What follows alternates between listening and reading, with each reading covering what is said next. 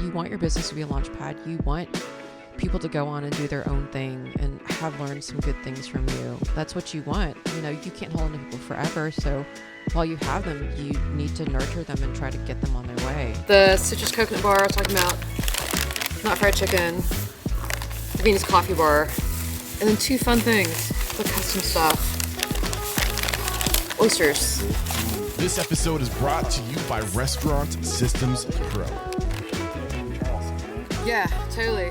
With excitement, allow me to introduce to you today's guest, Grand Chancellor and Head Janitor of Life Raft Treats, Cynthia Wong. Cynthia, are you feeling unstoppable today? Every day. I have no choice. Yeah, I'm super excited to be here. We're here because James London had amazing things to say about you. It's not every day I get to sample my guests' treats before I interview them. We did get to sample your treats. We had some amazing chicken.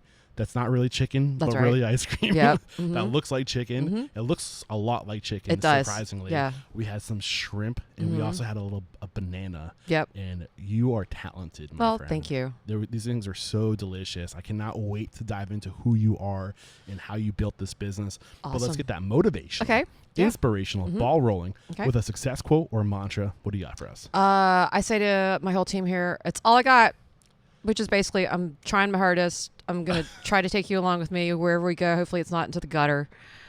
But it's the sort of thing of it's like I don't believe in putting up any kind of bullshit story for anyone involved with any part of the business, whether they're working with us or I'm selling to them or I need to purchase something from them. I'm kind of over all that shit. So all I got is kind of like, this is what it is. I hope you like it because Yeah, I think it's good just to be you. This is all I got. This is. I think we forget that our businesses are an extension of us. They are. And you don't want the business to completely hinge on you. Exactly. But at the end of the day, like behind every great restaurant, I like to say, is a great person. Behind every great business is a great person. Right. And they're injected into that. It's an extension of them. So this is you. This is all you got. Take it or leave it. That's all I got. Right. Yeah. So where does it make sense to start sharing your story? Oh God. Well, it's interesting to be talking to a podcast called Restaurant Unstoppable because this business here was my way of getting out of restaurants. That's why it's called Life Raft Treats. It's because I was working in the last restaurant and I was like, I think I'm done with restaurants. I think I'm done with this life. I'm working 65 to 75 hours a week and working for some dude who is telling me I'm not doing enough. Right. So I'm done with this. Yeah. And so in my head, I was like, I'm going to build a life raft. I'm going to paddle away from this shit. And that's why it's called Life Raft Treats. Yeah. So, and I think, especially in the lane that you're in, baking, pastry, like that, I think people in your role get it the worst. Yeah. Because you're usually working for multiple different restaurants. You're being pulled in a bunch of different ways. You're usually contracted out to do something. Yeah. And people are just usually there first. You're like, you got to like think about everybody else. Like you're an afterthought. Yes. And I lived with somebody who was a pastry chef, so I've heard the horror stories. Yeah. Like just like you have to go into somebody else's kitchen. They usually give you a corner. Yeah. You know, and you do fight for space. Everything smells like garlic. They don't want to pay you properly. Right. Yeah. I don't just keep going on that if you want. Yeah. Well, I mean, Let it out, sister. I mean, it's kind of this thing where it's like restaurants are just they're on the brink of something weird and we don't know what it is yet, and it's going to be interesting to watch a lot of things fall away. And unfortunately, I think a big thing that's going to go away and probably never come back is pastry chefs. Yeah. Except for really large, well-funded restaurants that can make that sort of statement, that are willing to do that, because no one can afford it anymore. Right. You know, no one's got the space, no one's got the time, no one can staff it the way it needs to be staffed. If you are really going to make an effort and have a pastry chef, that person's going to cost a lot of money. And if you're not going to, then you might as well make it yourself. Yeah. And I think that's why, I think you had the right idea by breaking out and going wholesale. It makes way more sense. Do what you do, find your lane, find your, the way you, find your niche, right? And then find businesses that want it. But don't conform to anybody else but what you want to do. Exactly. I don't know if I'm getting ahead of ourselves. I don't want to make assumptions either. No, because, we're kind of at another pivotal point right now. We did service a lot of restaurants, and Chubby Fish was our first, we're always going to, as long as Chubby Fish exists, we will always make things just for them. Because James, from the very beginning, and he didn't really even know who I was, but he was just like, do whatever you want, it's gonna be great. And I was like, oh shit, okay. And so I got to be really creative and do what I wanted to and be really seasonal. And I really love that. And then suddenly after the pandemic, there's just explosion in our growth. Because, I think a lot of people were sitting at home on their phones looking at social media, and there was this weird product like chicken. And so it kind of took off, and the timing on that was really good. But we've now come to the point where Chubby Fish is the only restaurant we are going to be making treats for, because we just, with the volume of what we're shipping and distributing and all these other things, we just can't make things for other restaurants anymore. And, and a lot of it was sort of this thing where people, and I understand this completely, they didn't want just, sort of our stock items. They wanted something made just for them. And so it was sort of becoming this thing where I was like becoming their pastry chef again, which I understood. And I was really flattered by that, but just with the size of the business and the scale of operations, we just couldn't stop what we were doing and make something just for one business and make it in a small quantity that we would have to hold. And, but Chubby is so busy and is such a great marketing for you. Absolutely. We've traveled to other cities and people said, hey, I think I've had your ice cream at Chubby Fish. And so that's just been a really nice symbiotic relationship where, I feel like James and I kind of maybe think with something close to the same brain sometimes. And so that's why I appreciate his food so much. And that's why I love being part of that restaurant so much. Yeah. And I can't wait to get into your evolution as a chef, as a pastry chef, as a business owner. Sure. And yeah, I mean, there's a reason why the mission of Restaurant Unstoppable is to inspire, empower, and transform the industry, because there's a lot of stuff that isn't great about our industry. Oh, yeah. And we can be better. Absolutely. And hopefully through hearing your story, we can be inspired to try to be better. Right? Sure, hopefully.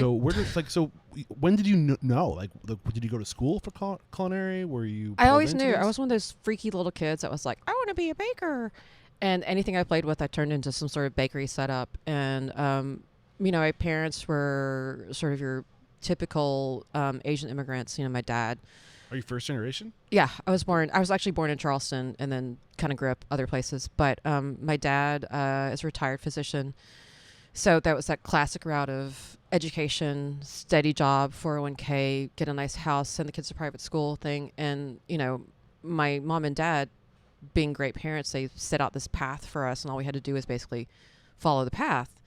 My sisters did that. I was going to say, was that the path you wanted? No, because I was like the little freaky one. I was the youngest of three girls, and I was that's like, good to be the youngest, isn't it? Yeah, because they were just, they're kind of tired. And they were like, God, whatever. And I was like, I want to be a pastry chef. They were like, maybe not. And I totally understand it now as like a parent of two boys. One of them really likes to cook, and I'm like, this is just for fun. Yeah. This is just for fun. You can be an architect, or you can be a doctor or a lawyer, but just, have a nice kitchen at your house. And I sound like my mom and dad. I'm like, oh my God.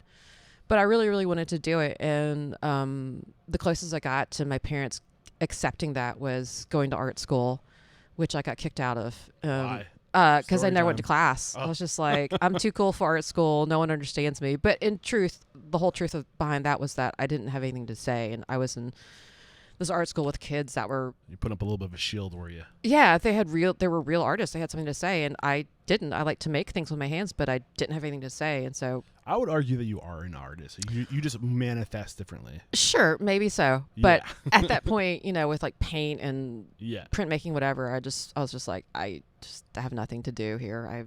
I don't have anything to say. I can't come up with anything. So I got kicked out of art school and then sort of wound my way back around to going to culinary school and started off baking bread in San Francisco for a little bit. Went to culinary school in... What kind of bread were you baking? Sourdough. I was baking Levain in San Francisco, and it was an overnight job, and I was like, haha, they hired me and I don't know what I'm doing. They're like, haha, you're working overnight. So it kind of worked out where... It was a hard job to fill, but I was young and had a lot of energy, so they let me figure it out, and I'm really grateful for that. So, like, when was it approximately on the timeline? Oh my God! Going back. How old am I now? It was like almost 30 years ago. 30 years. So we're looking at like the late 90s. Yeah. Yeah. Yeah. Or mid to late 90s. Yeah. Mid to late 90s. So you get kicked out of art school. What's your mindset? You're saying, well, screw this. I don't care if you don't want me to go to culinary school. Like, I'm going to do it anyway. I'm going to take this culinary path anyway. Yeah. It got to the point my parents were like, okay, fine. We'll support this then. Like, you're really serious about this. I was like, yeah, I really am. They're like, okay, good. So they helped me move out to San Francisco and helped me get started and all that. And then after baking bread for a little bit, I was kind of like, I think that I need to learn more about this and beyond bread. And I was basically just making one kind of bread. What was that first experience like? Did you fall in love with it? I did. I loved it. What did you love about it?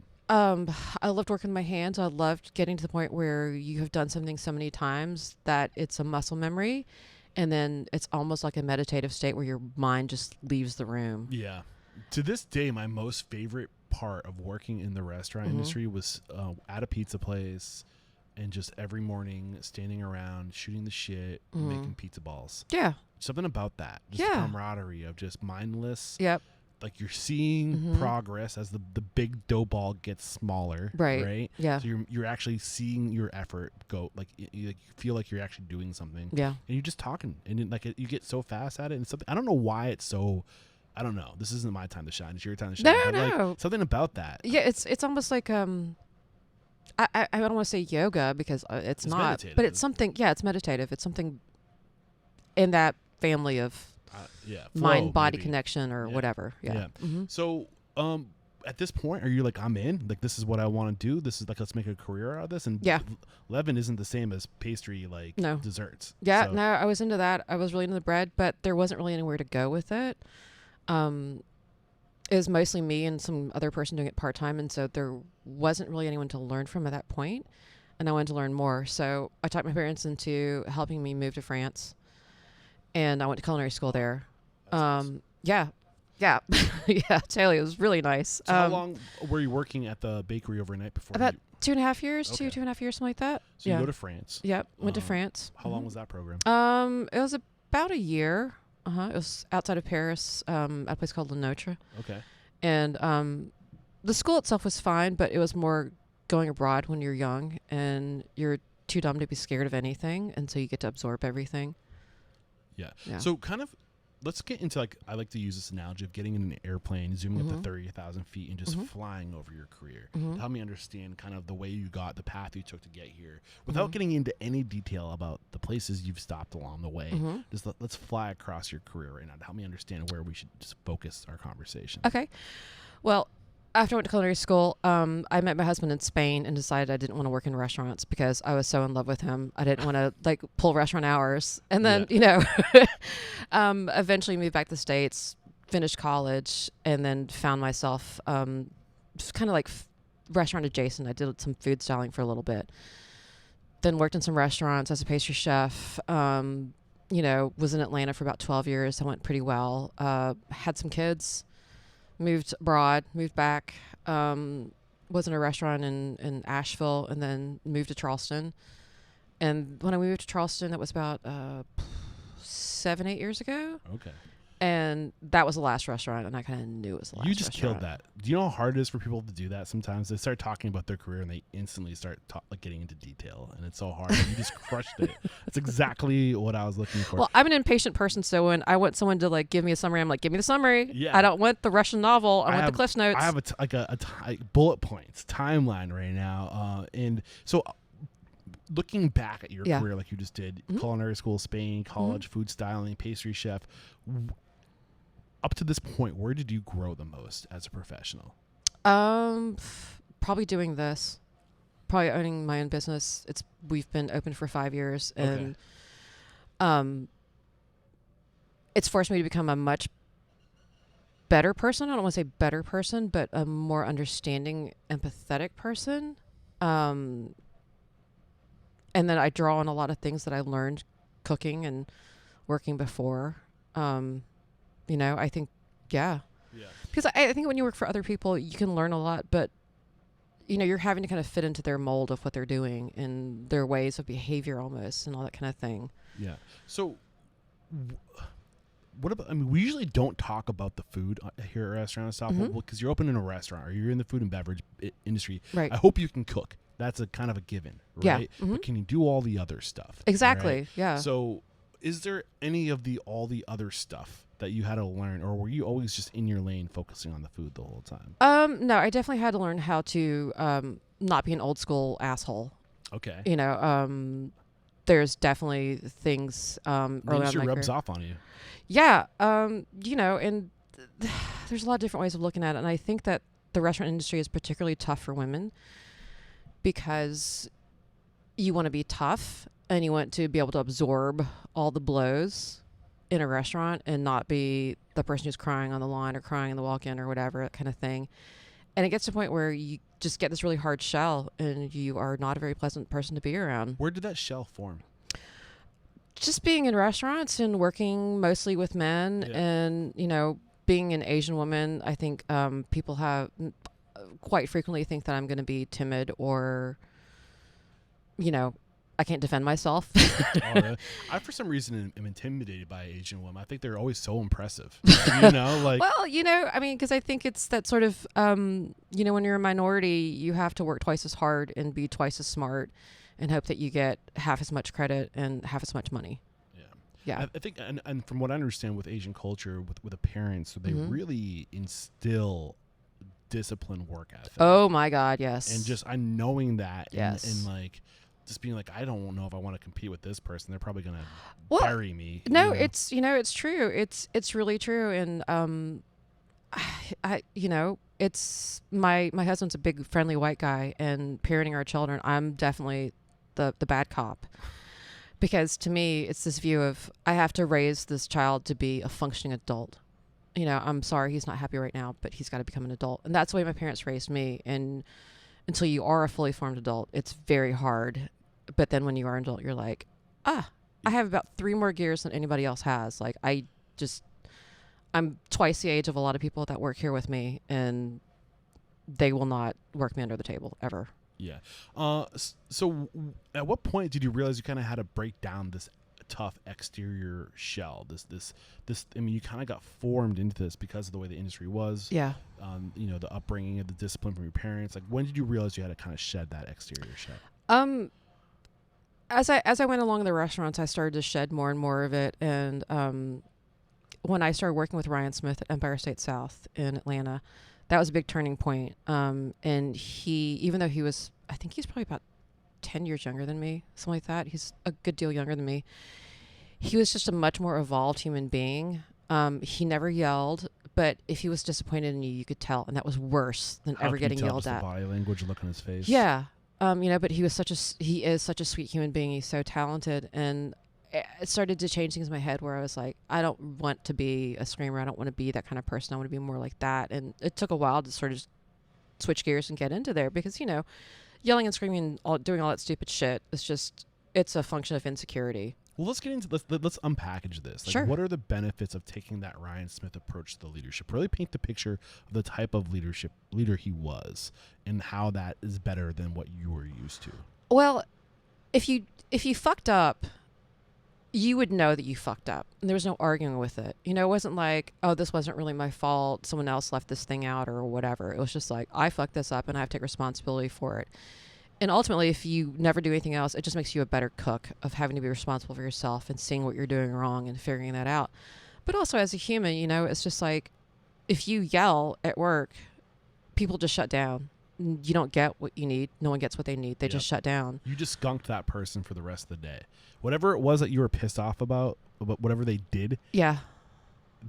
If you confront them, if you berate them, if you break them down, right, they're garbage. Yeah. For the rest of the day. That doesn't do anything. It doesn't change our lives in any way. Whereas if you can be very firm in a way where people think that maybe you're yelling, but you're just being very firm and very direct. Yeah, candid. And not being cuddly.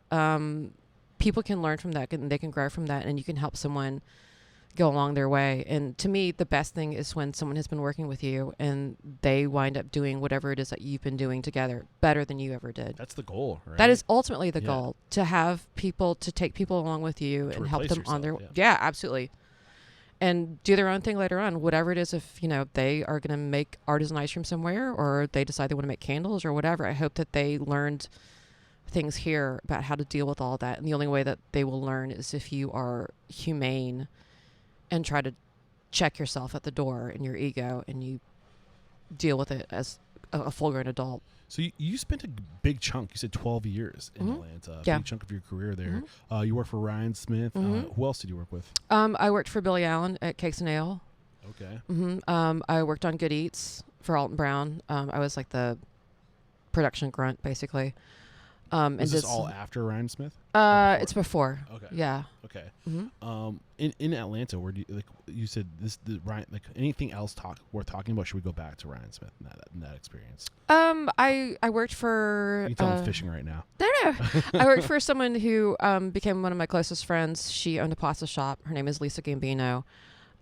She was a producer for CNN for many, many years and was kind of done doing that for a minute. So she is Italian. Her family's Italian, so she went back to Italy and learned how to make pasta the real way, and opened a shop in Atlanta and made pasta for other restaurants. And she was way ahead of her time, way ahead of her time. But she made this beautiful product. It was incredible. Yeah.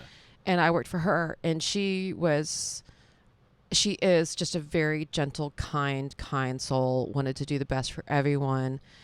And I was a lot younger then. At the time, I was just like, no, this isn't what you need to do. You're paying everyone too much. You know, you should be like this and that. And, you know, I think maybe paying people what she did and doing what she did, maybe it ultimately financially wasn't an easy path for her, but she was doing the right thing all the time. And it stuck with me, even though I didn't absorb those lessons and employ them in my own life and the way I was managing people. It stuck with me long enough to make a difference later on when I started to think about things. Her willingness to sacrifice for others. Yes, absolutely. Got it. Yeah. I mean, I kind of want to go back to Ryan Smith for some reason. I know I'm being pulled back because he's fucking great. Because I know that name, and exactly. So I love that person. So in my mind, I'm thinking like, damn, like you must have really done some shit to get a foot into that door, and I feel like I'm missing the shit because you don't just walk into that. So I was working at Cakes. Okay, so Billy Allen Cakes and Ale. He is my husband's best friend, and Billy Allen. Okay. He owned Cakes and Ale. He now owns Bread and Butterfly. Cakes and Ale doesn't exist anymore. Is your husband in the industry as well? Kind of adjacent. He was a cheese buyer. He worked for Whole Foods. He was the specialty buyer in Southeast for many years, and then he did it in the UK, and then worked for Earthfare for a little bit, and then sold wine and sold cheese. So he was kind of like on that sort of side of the food industry. Yeah. But Billy Allen is his best friend, and I had been doing some food styling because it was always just sort of this thing that was adjacent where I didn't want to work restaurant hours. I didn't want to be in restaurants again, but I couldn't get away from food altogether. And what is food styling? Exactly? So, you know, if you're filming a commercial or, you know, for a show like Good Eats, it's the food that's there. You're making the food and preparing it. And if it's a commercial, then, you know, it's not edible. It's all glossy and held together with toothpicks and all that stuff. So basically like creating like a portrait, essentially, like laying it up, making it look appealing. Yes, exactly. Yeah. Mm-hmm. And there's a lot of waste in that. It's just you're making food for people to play with, and you throw away a ton of it, and so that felt really disheartening and weird. Mm-hmm. And so Billy opened Cakes and Ale, and he needed a pastry chef, and you know it worked out well for him because I was at that point kind of like family. Yeah.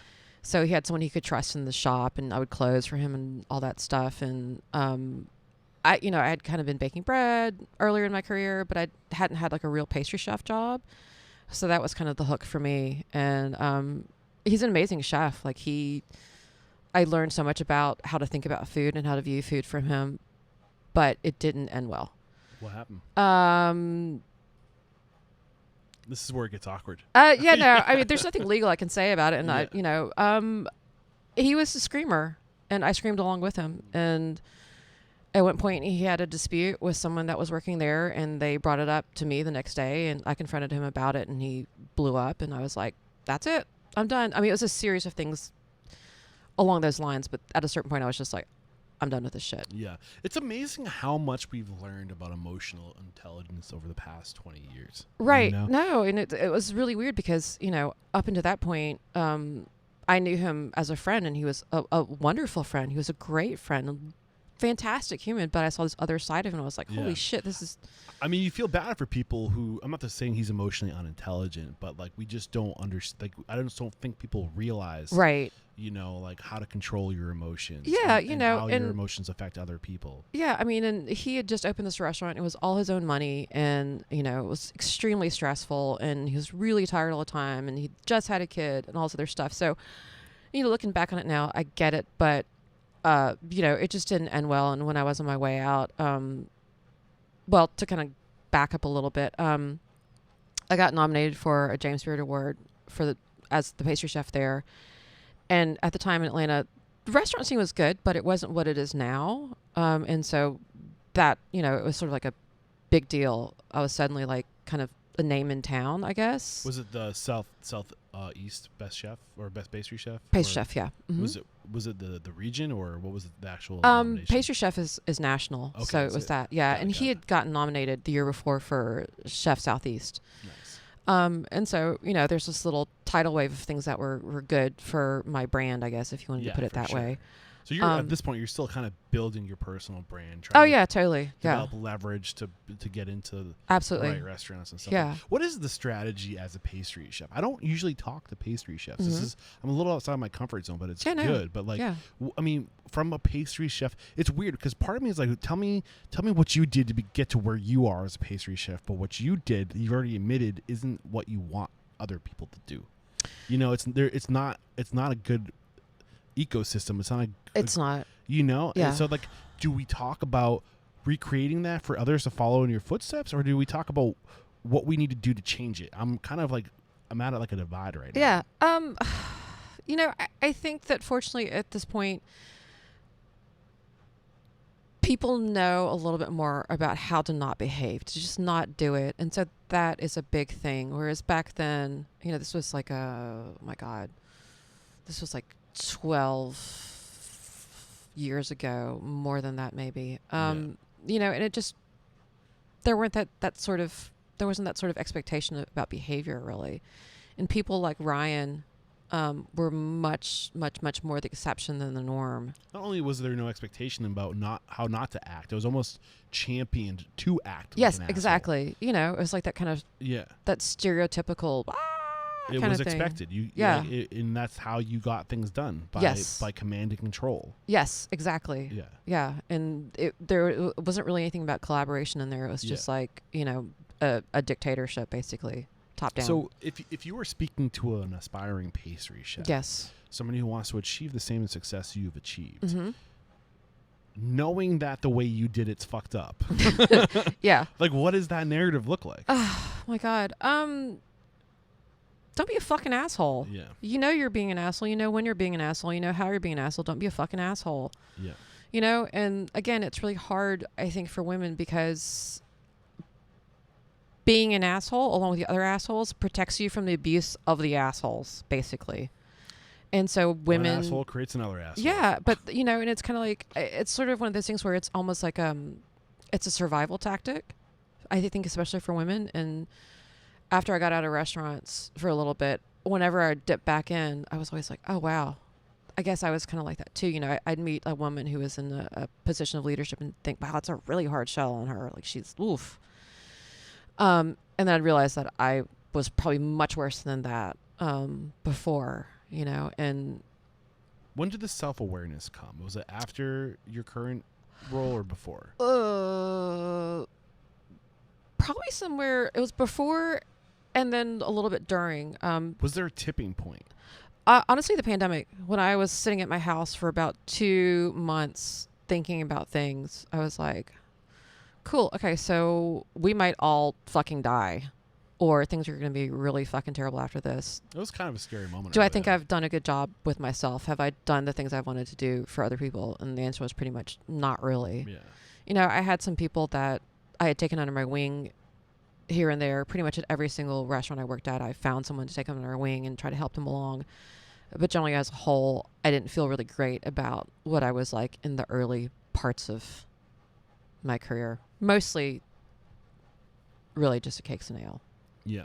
So this was after you started Life Raft Treats, because that was post-pandemic, right? Yeah. Or, mm-hmm. or pre-pandemic. Life Raft started in 2018. So yeah. Got it. I think now's a great time to take our first break to thank our sponsors, and we'll start talking about Life Raft Treats and how you kind of pivoted away from the traditional route of the pastry chef into what you're doing now. We have to interrupt today's video to let you know that right now Restaurant Systems Pro is offering a no strings attached 60-day trial that will help you improve your systems, increase your profit, and find better work-life balance. All you have to do is click the link below. We're back, and okay, bring us to the point where you're kind of just thinking like you're ready for a change and you want to get off this trajectory of pastry chef. Yeah. Like, why wholesale? Like, why was this the path? What was going through your head in 2018? So in 2018, at the beginning of the year, I had flu twice in 1 month, one time with pneumonia, and basically went to the doctor, and the doctor said, if you don't lie down for about a week, you're going to go to the hospital. I was like, okay, I think I'm going to take a break now, and just realized that I had worked myself just into just a illness. Paint the picture of how hard you're working, how often, like how many days, how many hours a day, like paint that picture first. Yeah. I would start work at 4 a.m. and probably work until about 5 or 6 every day, sometimes longer, sometimes earlier. And then have to do stuff over the weekend, admin things. You also have 3 kids at this point? I have 2 kids. 2 kids. Yeah. Okay. And they were really small back then. They were like 18 months or something, and like 3 maybe. Yeah. Like babies.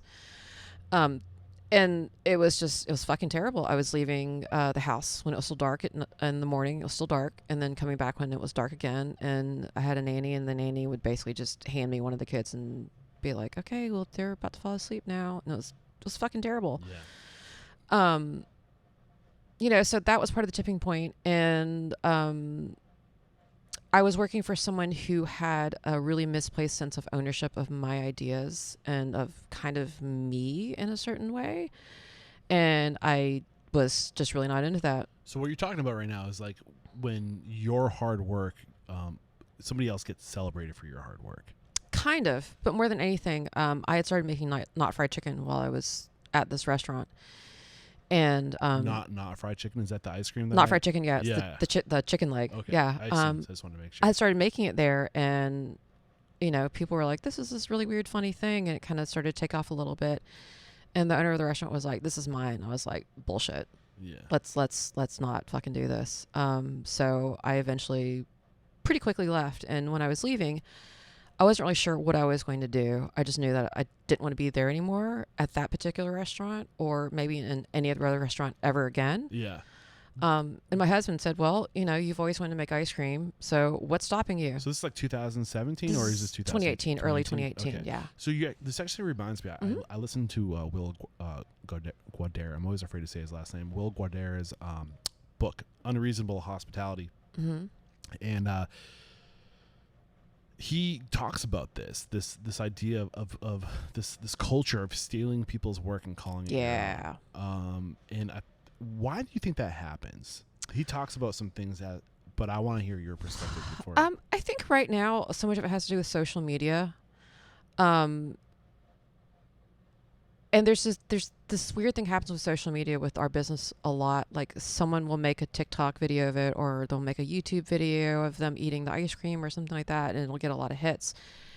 And then suddenly everyone else will get on Gulbelly and they'll order it too, and they'll make their own videos, and it just kind of spirals for a couple months. And they are doing that because they know it gets a lot of attention, so it builds up their own social media profile. And so I think a lot of other people in the food industry will be like, oh, I can make that too, and they'll make something extremely similar, or they'll make a really bad version of it just for the likes and the hits. Because you can always tell when you go to a restaurant or you go to a business and it's not what that person who owns it really feels. It's just like a front, or not a front, but it's just like a charade, I guess. And so I feel like a lot of people in the food industry, they want something other than to be creative. They want, I hate the word clout, but they want the clout or something. And so that's an easy way for them. Ego? Yeah, they want their ego stroked in some way. They want to be, viewed as being very clever, or some hot, brilliant chef or something like that. And sometimes they don't have their own ideas, and they find someone else's great idea, and they're like, oh, no, this is mine. Yeah. What Will brings up in the book, it's subtle. It's not like they don't really spend a lot of time talking about this, but it stuck with me for some reason, that if you let your chefs, your pastry chefs, your bartenders, the real creative elements of your restaurant get the credit, then they're going to get poached. And there's a fear of that. Do you think that plays into it? I don't really know. I mean, I think there's always that, it's like whenever you're in any kind of food and beverage industry, part of it, you're always worried about staffing. You're always worried about... Yeah, like you're a super talented pastry chef. Right. You're creating these out of the box things, like, or like out of left field type things that. Yeah. And I see how, like, if you have that in your four walls and that gets outside of your four walls, how do you replace that? Right. I can see that being something that would be fearful or cause anxiety for an owner, but at the same time, it's like, it's not about you. Right. And I get that point of view, but I don't get that point of view, because to me, you just have to be better as a business and better as a person. And, I've always said within this own business, I lean in that direction too. Yeah. My thing is that if someone gets poached from my business, then I wasn't doing something right. Well, the way I look at it is if your business created opportunity for somebody, yes, then somebody else is going to recognize that and fill that void because they want the opportunity too. You could be a launch pad for somebody. Yeah, exactly. And that's, that's a great thing. You want that. You want your business to be a launch pad. You want people to go on and do their own thing and have learned some good things from you. That's what you want. You can't hold on to people forever. So while you have them, you need to nurture them and try to get them on their way. And it doesn't work out for everyone. We've had people that have come here and it hasn't been a good fit, and they've gone on their own way, and it's been better for everyone. And then we have, our first 2 full-time employees are still here, and they're great. And I know at some point they'll probably leave, and I'll cry and it'll make me really sad. But I hope that whatever they do, that, I've helped them get there, and that they'll call me and ask me questions when they have them later on. Yeah. And it's especially since I'm a lot older than them and I have kids, there is like a real mothering kind of thing going on, and like I mom the shit out of all of them. I'm like, don't rush in the car. I witnessed it when we were setting up. You kicked one of your I wanted out of here. I wanted to go home. It's time to go home. I'm like, dude, go home. Go home. Like you're young and you're cute. Go talk to some girls. Like go. So this was the last straw for you in terms of your pastry chef. Yeah. This event that happened. Yeah. So you just spent 25 years building this name for yourself, just about going on this path. What are you thinking? Like, was it immediate, like, let's do wholesale, like, or were you done? Did somebody convince you to do wholesale? I just started doing what I could. In the beginning, we had a little cart that another pastry chef friend of mine who has gone on to have her own business in Jersey City. She had a little breakfast truck here. Is that what we saw out there? Is that the little little teeny cart out there? Oh yeah, yeah. Nice. That's the original. We'll have to get some shots of that. Yeah. She had it and she let me borrow it, and then she was like, I'm not really using this. Do you want to buy it from me from some really ridiculously low price? I was like, yeah, absolutely. And that was the first thing we had, because we got the truck and we were building it out, and that took forever. So we had the cart, and I was selling out the cart. Not fried chicken, and a whole bunch of little ice cream sandwiches and things like that. So when Cynthia's saying not fried chicken, that is literally something. It's not fried chicken in a void. There's literally a product that you have called it's called not fried chicken, and it's trademarked. Yeah, it's trademarked. It's an ice cream treat. I just want to make sure, because in case it's not clicking, for listeners, that it's trademarked. It's what you were just talking about with the chef that took the credit for it. Yeah, it's an ice cream treat that looks like breaded fried chicken. Looks like a chicken drumstick. And what's the flavor profile there? It's waffle ice cream, and there's a chocolate cookie bone in the middle. Yeah, and super creative. Delicious. And the outside is caramelized white chocolate and cornflakes. So and it's crunchy and salty and sweet. And so that's what you were selling out of the cart. Yeah. Yep, we're selling that. So was that your only product? No, we had some other ice cream sandwiches that we don't make anymore. And at the time it was so small, we could spend a lot of time making one thing, or a couple of things. We could really put a lot of effort and creative thought into it. Where were you producing this? I was at a commissary kitchen. There is a caterer in town called Salt House, and he was a friend of a friend, and he had space, and he let me use the space, and he is honestly one of the huge reasons why we are in our own building and have a little facility, and we've been able to grow. He was so much kinder to me. My eyes are watering. I'm almost about to cry about this. Todd Mazurek, he was so kind to me and so good without any expectation. He just let me use all the space, use so much water. I destroyed so many of his towels. Say that name one more time. Todd Mazurek of Salt House Catering.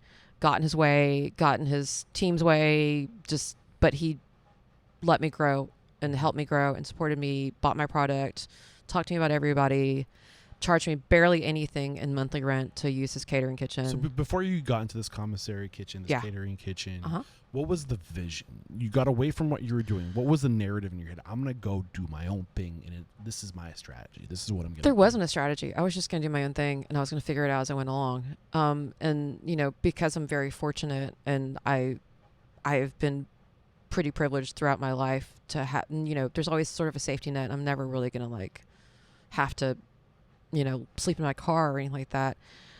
I was just like, I'm just going to make this shit up as I go along. Yeah. And I'm going to say yes before I know how to do it. And I'm going to figure it out before the deadline. I mean, what you're describing is the lean startup approach of just starting. It was mostly just me. At the time, I had a partner, and it didn't work out very quickly. I think people get in so much trouble by having this grand vision of what they want, and they just think that they're not going to be taken seriously until they get that. And they overextend so much. Exactly. Yes.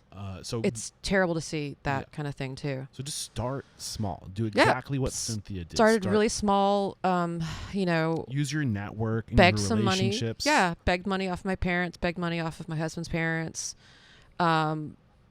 Was really tight-fisted about everything, ran it super lean, had terrible packaging in the beginning.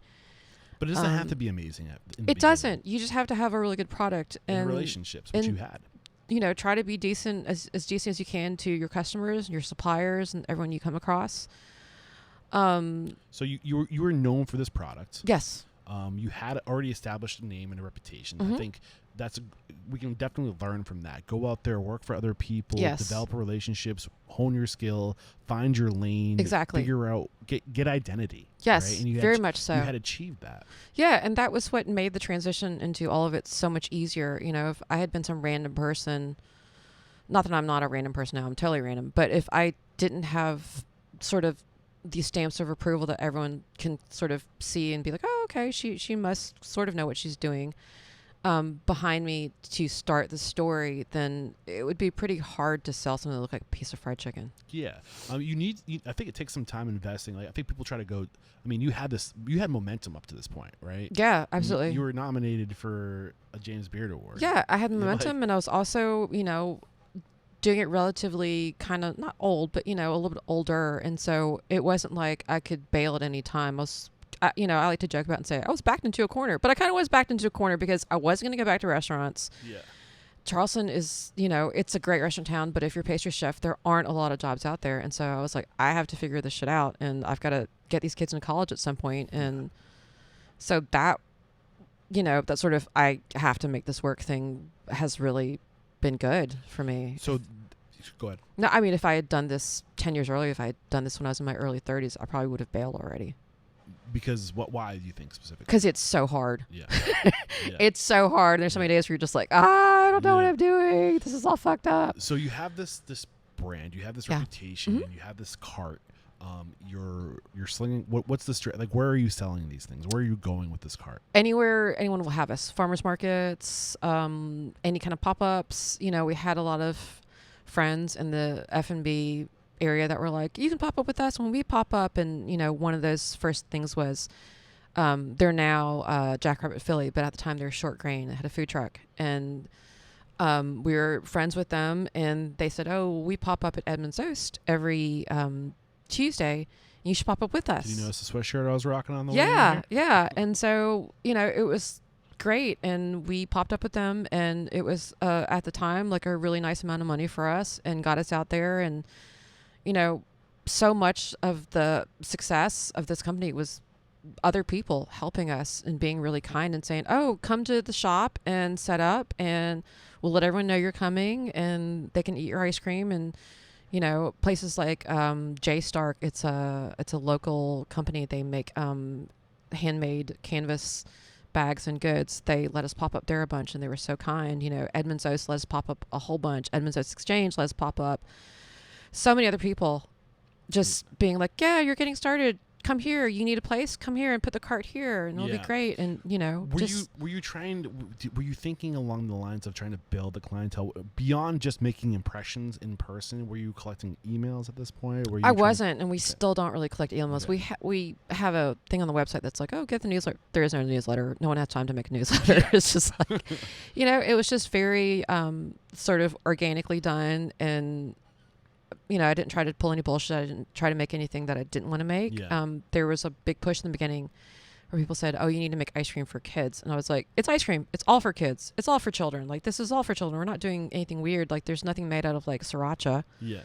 And so I was extremely resistant to that. And so were they trying to say you should make like a chocolate chip cookie with vanilla ice cream that would appeal to children? Like something that would, like, a child would see and go like, oh, wow. Yeah, and I find that part of, like, American food culture really terrible, like that we're dumbing things down for kids, because there isn't such a thing as kids food. There's food, and maybe it's in a smaller portion. Yeah.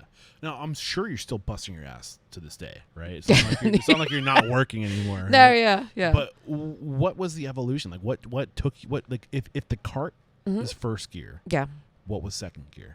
Second gear was a truck. And just this giant mint green truck. Are you profitable at this point? Is there a profit? Are you making money? We were profitable until we started leasing this space. Okay. And the thing about it is that it's, let's take a couple of steps back. So we just jumped the fifth gear. No, yeah, we totally did. No, the truck was really good because it allowed us to do bigger events. We did festivals. We did weddings. Awareness. Yeah, festivals and weddings, things like that, where it was much more profitable than, like, a little cart. And the cart is cute, and people are like, oh, Asian carts are so cute. But when you do an event like a farmer's market, no one sees the cart. Yeah. It's really hard to see the cart. But if you have some, like, 20-foot long mint green thing, people will see it. What about volume? Were you limited on the volume you could bring with the cart? Totally. Absolutely. Because, you've got dry ice in there. There's only so much you can put in there, kind of thing. And so that was a limiting factor as well. So the truck was second gear, and then third gear was getting into a lot of restaurants. Before we move away from second gear, and this is kind of a pun because we're in a truck right now. Yeah. What are your thoughts on trucks? In general? Yeah. I think a lot of people think it's like this, like, easier than a restaurant approach. Anything you do in this industry, there's no easy way out. There's no gaming any of it. All of it's hard in one way or the other. The thing that's hard about trucks is you're kind of like a carny. Pack out, pack in, you water have your tank. own space now, which is nice. That's one of the big things with a truck is you need a commissary kitchen. Yeah. Right? And you're sharing that space with people, and that's a pain in the ass. Right. It's a total pain, and then you eventually wear it your welcome because as your business grows, you take up more and more space and, that whole thing. And I hope you're a good mechanic. Yeah. No, we have a great mechanic. I am a terrible mechanic. You don't want me to do any of that, but we have a good mechanic, and then so it's like the physical body itself of the truck or the trailer, or whatever you're doing, is. I think there's just a lot of things that are worth discussing when it comes to a truck, right? Yeah, and the thing about a truck is it's just like I got off easy because I don't have any flames or hoods or cooking things in there. I have 2 freezers. What year was second gear? When did you get the truck? Towards the end of 2018. Okay, so you're growing, you're scaling pretty quickly. It did happen pretty quickly, and we were really lucky. And like I said again, it was just really so much of it was just timing. If you go to a grocery store now, you see so many feet of pints of artisan ice cream. There's a huge thing of pints of artisan ice cream, but there's still not a lot of novelties out there. Yeah, which we'll get to in a minute because there's a reason why. Wait, I want to make sure we get to it. So one more time. About novelties? Okay, there's no novelties. Why there's no novelties? Oh, there's not a lot of novelties, like sandwiches and bars and stuff. Okay. Yeah. Got it. Yeah. So before we move away from the truck, any other lessons? Honestly, where you were in this point of your career is how I would tell most people to get started. Yeah. Pop-ups, keep it small, keep it manageable. Keep it small, keep it manageable. And let cash flow and people determine your growth is what I would say. But like, what determined your growth? Like, were you just pushing? We were pushing, and it was just taking off, and because it was such a unique product, it was so niche, it was so visual, it took off really quickly. It's a really fun product. It was really fun. And, again, Chubby Fish comes back into the story where we had a showcase, Were you in Chubby Fish at this point? Yeah, we pretty much started making treats for them when they opened. Because I think they opened in 2017 or 18, right around the same time. Right around the same time, almost at the same time. And so, they were a wonderful showcase for us. It's on the menu board. Everyone there talks about it. He's really great about giving you credit for it too. Oh no, he's amazing. Yeah, he's fantastic. And so he and Yo-Yo, both his wife and business partner, were so supportive and just talked to everyone about it. Like it was like gospel and just got us out there. Yeah. And so many other small business owners in town were like that with us too. Like I said before, like Jay Stark and Jackrabbit Philly and Renzo and all these other small restaurants were just so supportive. So other than having a very unique product that stands out, you definitely have a unique selling proposition. You're focusing on doing one thing or a few things really well. Mm-hmm. So you had not chicken. Mm-hmm. What else were you serving at this point early? We had these sandwiches called fatty cakes. Okay. And it was a ginger cookie with mascarpone ice cream, which was a frozen version of cookie I made back in Atlanta. That was like the first sort of legal tussle or legal-ish tussle I had with some restaurant owners. Oh. I was making these cookies that everybody loved, and they wanted me to leave the recipe behind. And I was like, no.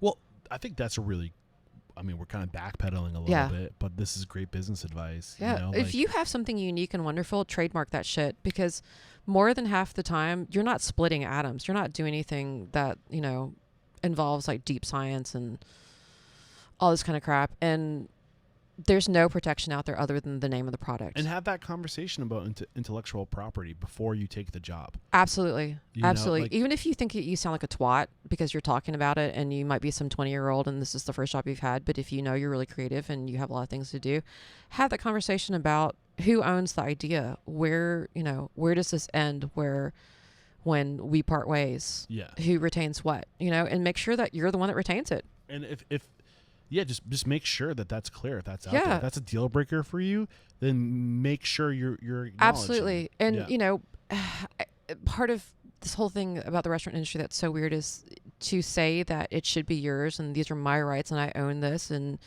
you are not keeping this. Because there's this whole weird idea that like you should be sacrificing your life and all these other things because it's a restaurant in this business. That's fucked up. Because think about it. If you're a journalist, you're not just going to give away your articles for free and say, don't put my name on it. That's okay. It's just this thing. Yeah. And it goes back to some really other weird sort of things where, okay, well, how come you can patent a medicine or a machinery or copyright words, or why can't you do any of that with food? Because traditionally food has been made by people of color and women. And so I think that there's an automatic built-in thing with trademarking and copywriting that just, puts you on your back foot. Yeah. I truly think this is the future of the industry. I think that you're going to be seeing, me personally, because the traditional business model, that, the James Beard Award winners and the Michelin star receivers, I think those business models we know they're not profitable. Yeah. It's a broken model. Absolutely. And so I think, but you still are going to see people who are creative, who are chefs, who want to create and do this stuff. I think you're going to see a lot of people who know their talent and recognize their talent are going to become basically hired guns for restaurants. And instead of having a chef on staff and paying a chef on staff, a creative on staff, just hire somebody out for the intellectual property. You don't have to pay them every week. You pay them for a short period of time. You help them develop a menu. Then you build systems around and recipes. All a recipe is a system, a process to do something. And you pay them for their intellectual property. And they have multiple clients. And they're just being a creative. And I think that is way more intelligent than sacrificing your life to one business. Yes. But I just don't think people think like this business-wise. I think it's going to take a while for the industry itself to accept that that's what they want to do, because there's this idea that they need to have a chef that's, representing the restaurant and that kind of thing, other than, hey, the food's really good. They build the restaurant around the chef. Right. But you don't want it, but that is broken. Oh, it's totally broken. It's totally broken. If you're building a restaurant and a chef, that person probably wants to just find a nice, cool ditch to go lie down in because they're so exhausted. Yeah. But there's, But not to mention, as a business person, if you build a concept around a chef and that doesn't work out and the chef leaves, oh, you're screwed. You have a person dependent operation. That's like the number one thing you don't want to do. Exactly. Yeah. So, there's, sorry. No, totally. Yeah. No, I agree with you completely. lots of little veins being hit today with me. I feel like I'm ranting. It's meant for you to be ranting right now. But, no. So back to your story. Yeah.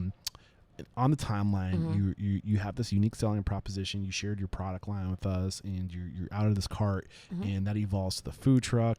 But you're not wholesale yet. We were mostly just wholesaling to Chubby Fish because we just didn't have the capacity to do anything else in a commissary. And then we kind of started to pick up a little bit more of that when other restaurants got wind of it. They were like, "Will you make something special for us too?" And we're like, "Yeah, of course." So paint the picture of what your business is today. Right now, our business, we just had a huge, like, kind of turning point last month. My husband and Brendan, that young man that you met when you got in here, they went out to a food show in LA, and they had all of our little packaged products. You know, there was a yuzu dreamsicle, which is like a dairy-free yuzu sherbet bar dipped in dark chocolate. It's delicious. A peanut butter cup, peanut butter ice cream looks like a peanut butter cup. I love peanut butter. Oh, you're gonna have one of these later. So good. You know, the fatty cake sandwich, a Vietnamese coffee bar, really great stuff. Beautiful product, nice packaging, everything. But they went out to this food show in LA. Nobody wanted to talk about anything but the not fried chicken. No one cared about anything but the not fried chicken. People were coming up saying, "Oh, I saw this on so-and-so's video on TikTok or whatever, and blah, blah, blah, this and that. Not fried chicken. Oh my gosh." And then, you know, we were looking at the data, and all we really sold anywhere at any time was not fried chicken. And this is all made by hand. And at this point in the business right now, we have a production team of 3 to 4 people. It's all women. They make all this by hand. And we make about 10,000 pieces a week. It's a 4-day work week, 10 hours a day, and they don't ring in any overtime. This is all made completely by hand, every single piece. And I'm going to get off on a little tangent here. The business is almost entirely operated by women, and that hasn't been some sort of choice. It's just what works here. And the right kind of women are really collaborative. They take care of each other both at work and outside of work, and they care about things, and you can talk to them as a full-grown adult, and they accept it. They tell you what they need, and it's fucking great. And these women that are holding up the entire business, and when I say holding up, I mean like literally like this is on their backs, are so much smarter and tougher and better than any of the men I ever worked with in all the restaurants in all of my culinary career. They're fucking amazing. Awesome. Yeah. I have nothing to add to that. Yeah. I mean, yeah, they're just fucking tough. God. Yeah. Shout out, ladies. Well done. Yeah. Amazing. Yeah. So your majority revenue is coming from this fried chicken is what I picked up. Aside from the fact that these ladies are badasses. It's like 98% of the revenue. Yeah. That's all anyone wants. And I'm totally fine with that because, you know, you can sort of do this thing where you're like, I'm going to die on the hill of being an artist. And how come no one wants to appreciate all these other little fun things we do and this and that?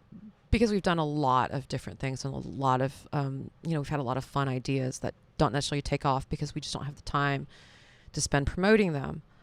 But my whole goal with this business is to eventually be acquired, bow out, and everyone who's come along with me on this journey, write them a fat ass fucking check. So that's one of the benefits of trademarking something is that if somebody wants it, they have to pay for it.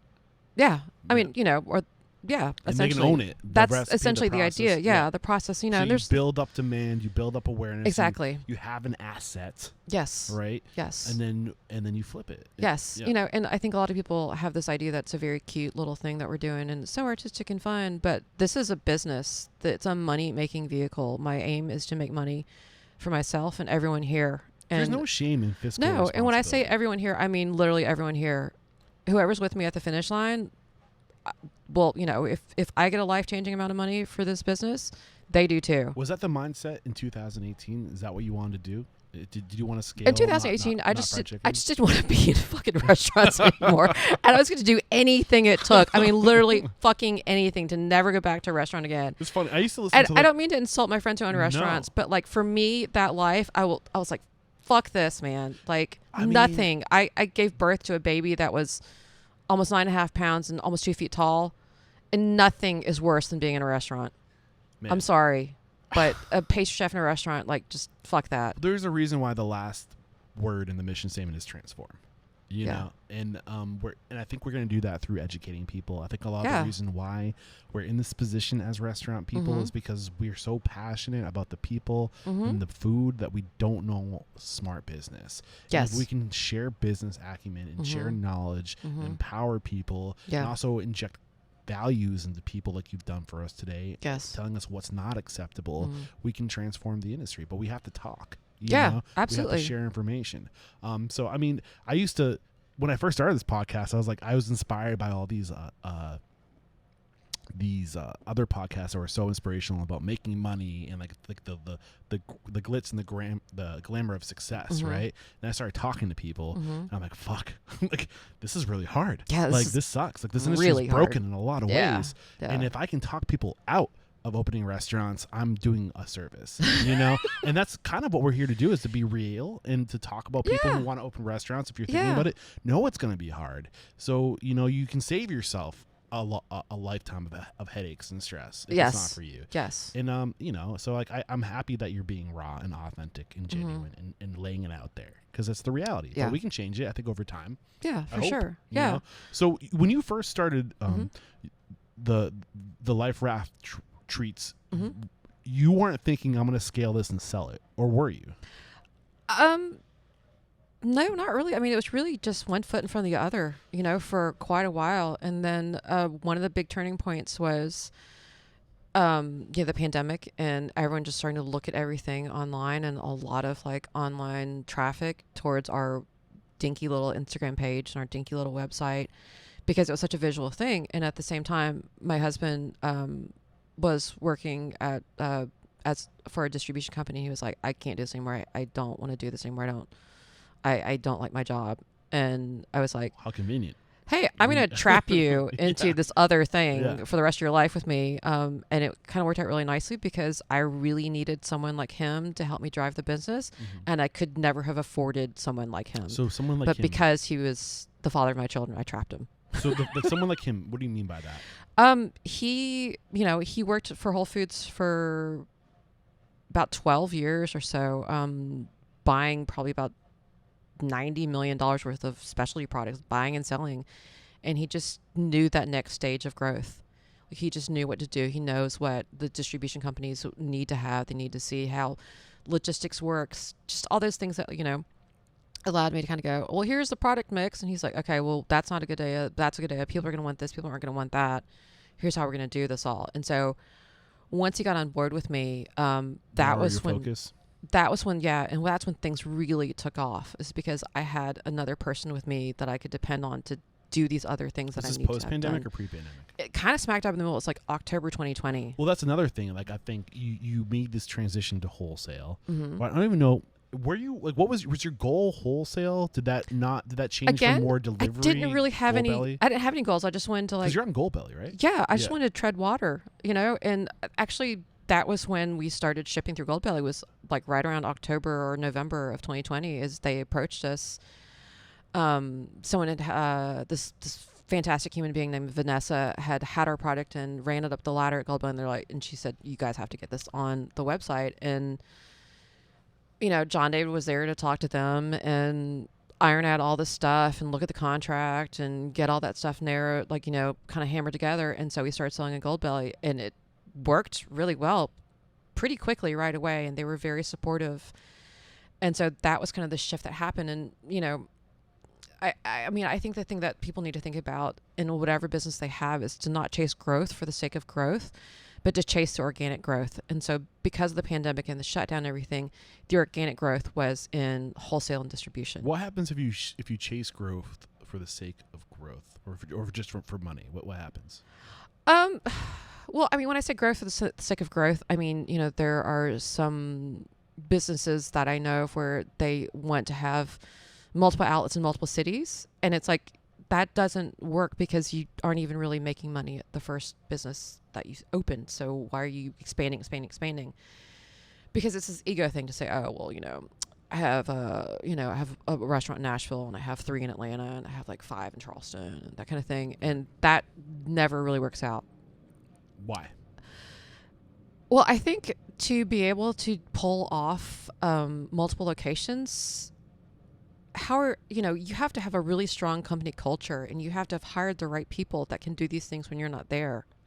Yeah. And you don't want a situation where they're like, yay, that, that asshole who owns this company isn't here in town, so now we can just kind of like let her, right. Yeah. let her hair down or whatever and kind of fuck things up. But you know what I mean? And so like there's a lot of this kind of like ego of like conquering. Well, they think I did one expansion. Restaurant, I can do a second one. Like, I cracked the code, right? Yeah, and some people can do it extremely well, but the ones who yeah. do it really well tend to have them all in a tight geographical location as well. And they also grow slowly. Yes, they grow slowly organically. And so the thing with wholesale and distribution was that was the path that was open to us at the time when my husband started working with us. It was Goldbelly, and it was distribution, getting into Whole Foods. Into your strengths. Yeah, getting into Whole Foods. And that was great because Charleston commercial real estate is no fucking joke. I mean, there are places downtown that are $90 a square foot, which is fucking insanity. So where is Not Chicken today?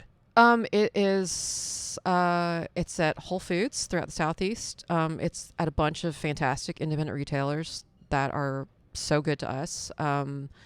It is at Fresh Direct up in New York. It's at Foxtrot in Washington, D.C., Chicago, and Texas. We're also at Central Market in Texas. And we are distributing through a much larger distributor, so we should hit the West Coast relatively soon. And so we will have nationwide distribution. Yeah.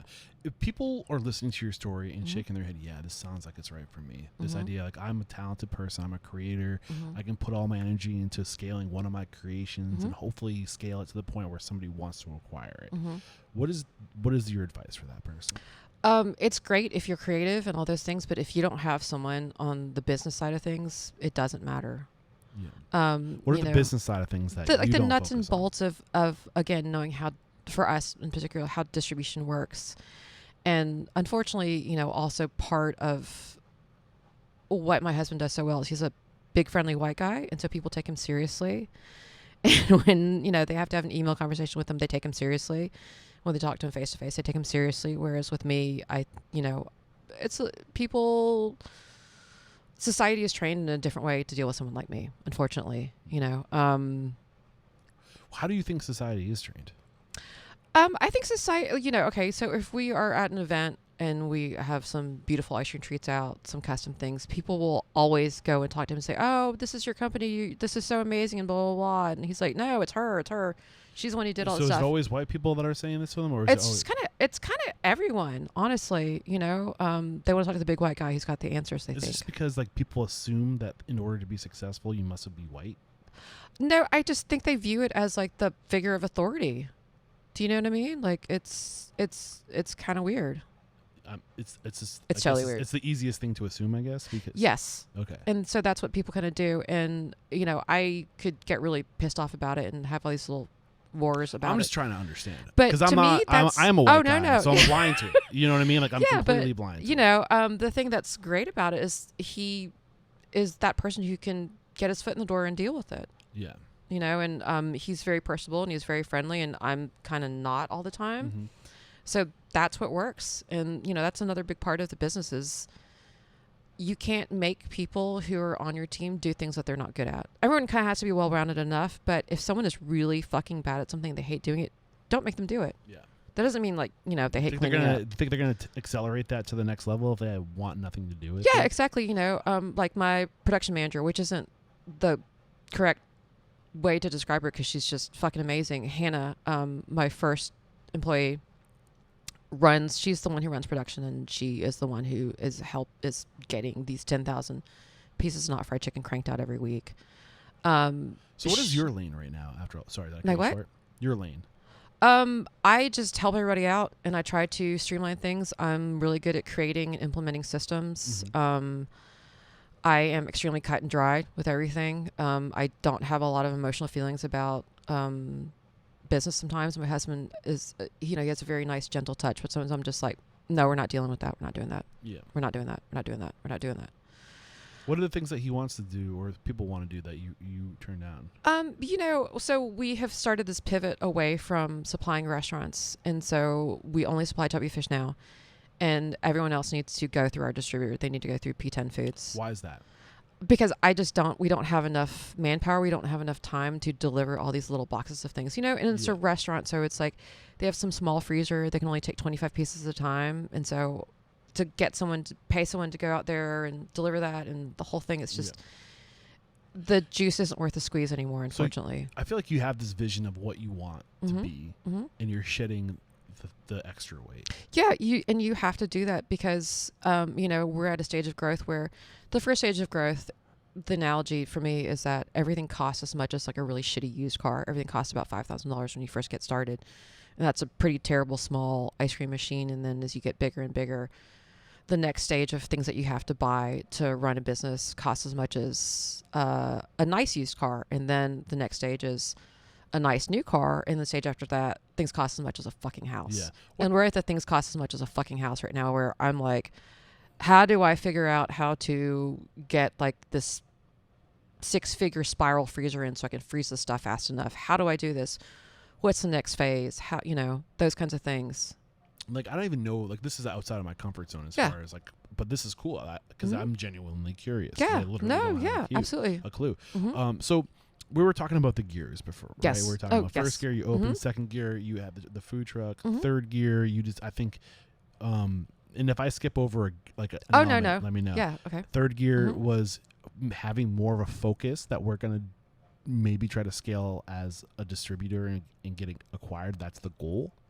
Like having a clearer vision of what you want to become. Yeah, because I like the work. I like doing this work. I enjoy it a lot, but my whole purpose with this company is to get everyone who's here with me as set up for the rest of their lives as I can. That's the goal. I'm glad it's ice cream, but it could be soap, or it could be candles, or it could be feather dusters made by hand. We're making this thing. I hope people want to buy it. I hope enough people want to buy it because I want to make sure Hannah and Brendan and Gibson and Aggie and Megan and Lena and everybody else who's on this thing with us. I want them to be in a place in their lives when we're done with this that they don't have to worry about how the fuck are they ever going to buy a house? How are they ever going to start their own business? How are they going to do this? How are they going to do that? I want to have gotten them there with this business. I love that. One way or the other. I love that. It's beautiful. Fourth gear, Fourth right, would have been figuring out that you need the team and you need to lean into the strengths you currently have. Yes. For you, that was your husband. Yeah. And that was his ability for distribution to get in. So like now you're narrowing down your product, right? You're figuring out, you're putting the people in place. If I'm wrong, correct me. No. That's pretty much it. Okay. Yeah. So if the goal, say we're in a 6-gear car, right? Yeah. What's fifth and sixth? Fifth and sixth. Where are you in this? Do you think if selling is 6-gear, right? Selling. I think I'm in like maybe high 4s, hopefully. Okay. And it's. I like to listen to the Guy Raz podcast. How I built this. Yeah. And a competition. No, I'm just like, wow, how'd you do that? That's so amazing. Maybe there's a clue in there. But you listen to these stories and they tell the story and it's like a condensed sort of story, but you don't hear how hard it was along the way, what a slog it was, and I know it's going to take a while and maybe it doesn't happen, but I want to take care of everyone here as much as I can, even if it doesn't happen. So if you're in high 4th right now, yeah, what's the plan to get the 5th and the 6th? What's the strategy? We are opening a shop here in Charleston. I think they're breaking ground like this week or next downtown, across the street from, I think I can say this. A friend who's opening his second restaurant. Don't want to go into too many details. I don't know if it's with knowledge, but super happy to be across the street from this person. And then probably opening a couple more shops in the Southeast, but very tightly, in Atlanta because Atlanta's kind of home, maybe things like that. And shops for an ice cream shop is marketing. That's not the moneymaker. It's the marketing for the rest of the product. So you want to get into more retail space? I do. But your own retail space. Yes, our like own a Jenny's retail ice space. cream, but on like more like not like scooped ice cream. Yeah, we'll have some scoops, but it'll mostly be novelties because that's that's our niche. That's what we do. Got it. Yeah. What do you mean by novelties? Bars, sandwiches. Got it. Mostly though is all the ice cream that looks like other food, which has been the thing. Yeah. Yeah. You're good at it, so you might as well. I'm kind of weird. Yeah. Lean into, People are like, how do you come weird. with all these ideas? I'm like, well, I'm just kind of fucking weird. So fifth gear is getting that brand recognition. Getting the brand recognition, getting into Whole Foods across the country, getting to, where... Developing demand, yes. And being able to supply demand, honestly, because that's what's really hard right now is demand has... Do you know Jenny by any chance? I don't. Can I introduce you? Sure. Yeah.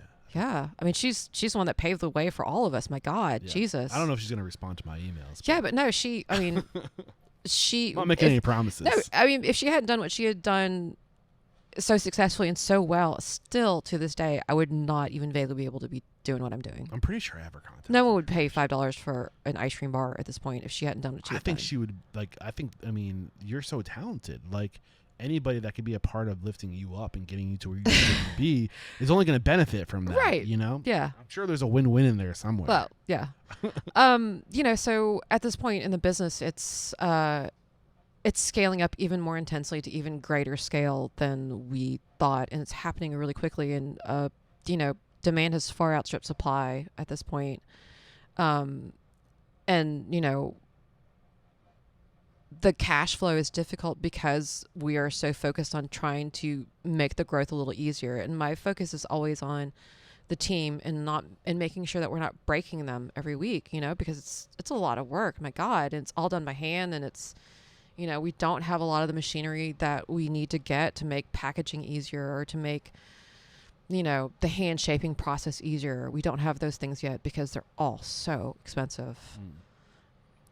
So, I mean, I feel like you're on your way. It's only a matter of time. I think it's like what you've done up to this point just keeps showing up, and I hope so. Have those goals and let the cash flow and the people determine that growth. Right? Yeah, trying. Is there anything we haven't discussed up to this point?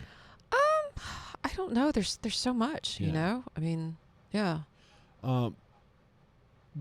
So one thing I do like to talk about on the podcast, we kind of talked a lot about like where's the industry today and how can we move into the future, right? More intentionally, more holistically, more equitably. What does that look like for you? Like, how do we go from where we are now into a better industry for restaurants? Yeah, I guess what. I just food and beverage. I don't know. I don't know why it's so hard.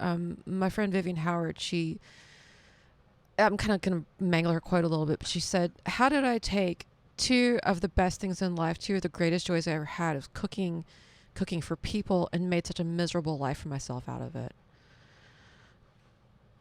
And I don't know what it is about restaurants. I don't know if it's because the public is involved. And at this point, the public is a little bit hard to deal with. That's like a nice way of putting it, I guess.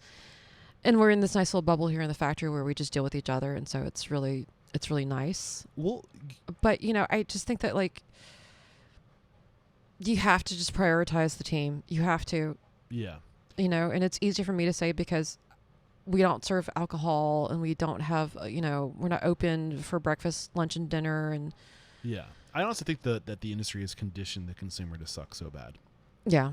I think we kind of groomed them to suck because we offer a lot of value for not asking that much. We're afraid that if we increase rates, nobody will show up. Yes. We also tell them they're right all the time. And we're so worried about losing their business that we let them walk all over. Yeah, and and that's I understand why it's such a scary thing for people to say, but because I guess can say it. Yeah, no. But and I can say it too. Yeah. But feels good, doesn't it? It feels great, but it's always a little bit scary to be like, oh, go fuck off. Yeah. But like we don't make vegan ice cream because I haven't been able to come up with one that I think tastes really good, and that's just not my thing. Yeah. We make a dairy-free product. Refer somebody who can. Right. It's great because it's dairy-free, but we didn't specifically go out to make, certain things because the market said we should. And, with certain clients and customers. Sorry, that bird was... the cardinal has been here all week long trying to get in the window. And, people say it's like cardinals are somebody else's spirit of someone that's passed away. Yes, that's true. My mom always talks about my grandmother whenever she sees... Yeah. Yeah. So What's up, Graham? Yeah. How you doing? Yeah. Sorry, we No. easily get distracted here. No, it's really okay. There's a bird. Let me paint the picture. It's beautiful. It's cardinal. We're in the industrial building, almost like a hangar type building, and there's this one little window in the room we're in, and there's just a beautiful little silhouette of this gorgeous bird staring at us right out the little. And if you were in the room, you'd be distracted too. So I don't want to hear it. No. Yeah. Absolutely. So let's see if we can continue. What was your thought? What were we talking about? We were talking about the consumer and the consumer. how you're not doing vegan ice cream. And I in a really friendly way, we try to say, hey, this might not be for you. Yeah. And that's okay if it is. Yeah. And but also trying to be everything to everybody is a sure way. You can't do it, and there's no point. Mm-hmm. There's no point. Like, we are so niche. I mean, we make ice cream that looks like a piece of fried fucking chicken. Opens up more opportunity for other people. Yes, exactly. And, we don't make a lot of pints because that's not really our game. We don't do a lot of this. We don't do a lot of that because that's just not really our game. That's not what we're, at this point, production's not set up to do certain things in the first place. And that's just not what we want to say. And that's not what we want to do. And that's really hard. And in the beginning, people were like, oh, you should do this, you should do that. And there's a lot of like resistance to things. But I was just like, no, this is what I've done. This is hopefully going to be the last thing that I work on. I'm not going back to restaurants. So this has to be genuine. Yeah. This has to be real. And I feel like if you do that, it's either not going to work out really quickly and you're going to know that your idea is really lame, or it's going to be good and you need to lean into it. And that's what you do. Yeah. I've really enjoyed this conversation. I think I'm about heading to the speed round, but I want to ask you one more question before you do. I'm going to echo the mission statement to inspire, empower, and transform the industry. And I believe behind every great business is a great person. So how have you personally transformed over time? Oh my gosh. Who are you today versus the woman you were when you got into this industry? I am a much more empathetic person. And I just really believe in this philosophy that when you have people on your team, you've got to take care of them as much as you can. You have to cut ties if they aren't the right fit for either you or them. And you can't make people do things that they're not good at. Mm-hmm. You have to lean into what they're good at and put them on that route. All right, we're back, and I don't have my list of questions. It's 10 questions. I asked them hundreds of times. I should be able to get through it without my list, but I'm not that impressive. So don't hate me if I don't get through the entire way. So the first question is, what is your it factor, a habit, a trait, a characteristic you believe most contributes to your success? I have a gear that other people don't. I can just keep going, and it's just really hard to break me. What's your biggest weakness? I am really impatient. What is one thing you do to build your team? Something you're looking for, a question you ask, or a thing you look for when you're building your team? What's your favorite stupid movie? What are you looking for? I just want to see what their sense of humor is like. Why is that important? Because if you can't laugh at something, you're not going to fit in here because, people get really, really serious about food. And they're like, oh my God, the food's messed up. And it's like, dude, it's a future poop. We're going to throw it away and we're going to fucking start over and it's going to be fine. So if you don't have a sense of humor about it, I can't have someone crying because they scorched something or they dropped something on the floor. It's like, okay, well, we dropped on the floor. We're going to have to make more of it. Great. Let's go. Let's just do this. It's not a big deal. What's your biggest challenge today? Oh my gosh. The funding. No, not the funding. Not really that so much. It's the supply chain and inflation. How are you overcoming it? I am looking for alternate sources for the packaging for the products that we use. Hoping that prices get back to something normal. I mean, that's the other thing too, and we're going to a little bit of a caveat here, but I feel like we as a nation have become so dependent on other nations for other things. Yeah. Like, why can't, I know why we can't keep it locally because the cost of labor in other places is way cheaper. Yes. I get that. But is there really no other way? I don't know. Well, it's just really hard to own a business in the States. I mean, it's just, there's so much I could say about it, but I feel like, for example, in a place like France, you could have a little teeny corner ice cream shop and you can make a living doing that and you can probably go on a nice vacation, support your family. Right. You can't fucking do that in the States. Yeah. I think the question I asked last was the biggest challenge, how you're overcoming. I think the next question is, what is one book that's a must read for a restaurant owner or operator? Oh, wow. I don't know if there's necessarily a book about restaurants or owning restaurants or operating. That's the thing. It doesn't have to be about owning or running restaurants, but just generally a book that's good for business. You know, I don't know if I know of a book that's good for business, honestly. I totally skipped 2 questions. It's okay. I finally got the document to pull up. That's all right. Share one code of conduct or behavior you teach your team. Don't be a fucking asshole. Ooh, that's a good one. And also, don't let anyone in the building be a fucking asshole to you. I dig it. What is one uncommon standard of service? So this is not necessarily maybe, usually it's for like a restaurant owner to go above and beyond guest experience, but you spend so much time in the restaurant industry. You must have a good one in there, locked and loaded. Oh. I try to, you know, if people have some really wacky out there idea for some custom ice cream thing they want to have made for their 50th birthday party or whatever, I try my best to accommodate it and make it because it's fun. Yeah. And it makes them happy, and it's great to learn how to do new things. I love it. I'm going to skip the question around technology because I don't think that applies here. Sure. This is the last question. Okay. It's a doozy. Oh, great. Let's do it. You ready? Yeah. If you got the news, you'd be leaving this world tomorrow. Oh, all the boy. memories of you, your work, and your recipes Eesh. and your businesses would be lost with their departure, with the exception of 3 pieces of wisdom that you could leave behind for the good of humanity and your legacy. Imagine paying this. You're leaving this behind to your children. Okay. 3 pieces of wisdom that they can remember you by. Okay. What are they? Be as generous as you can possibly be with everything that you can. 1. Don't be a fucking asshole. 2. Don't let someone be a fucking asshole to you. 3. Great way to get this thing wrapped up. I love this. And I found you by asking James London, who do you respect and admire and believe would make a great In Charleston or?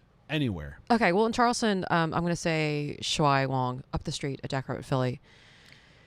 He's just so lovely, and he's my Asian brother, and he understands what that means. And Ryan's same last name. Is there any relation? He's Wong with an A. I'm Wong with an O, so I'm a different kind of Wong, or he's a different kind of Wong. I don't know. Ryan Smith. Brian Smith. Ryan Smith, who's just one of my favorite people who's ever lived. And my friend Elisa Gambino. Got it. Yeah. Thank you so much. Look out, guys. I'm coming after you. One more. Melanie Durant. Melanie Durant at Scram in it. Jersey City. Love her.